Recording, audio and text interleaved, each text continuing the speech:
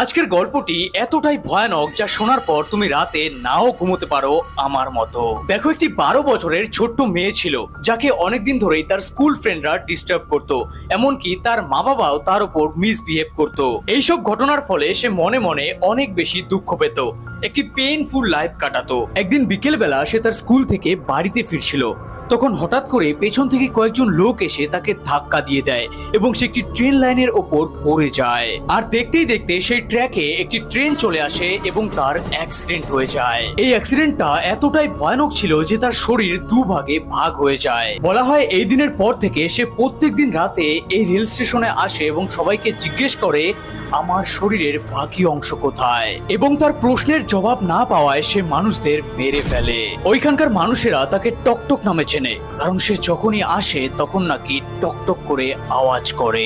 এমনই আরো একটি হরর ভিডিও আমি বানিয়েছি, যা দেখতে হলে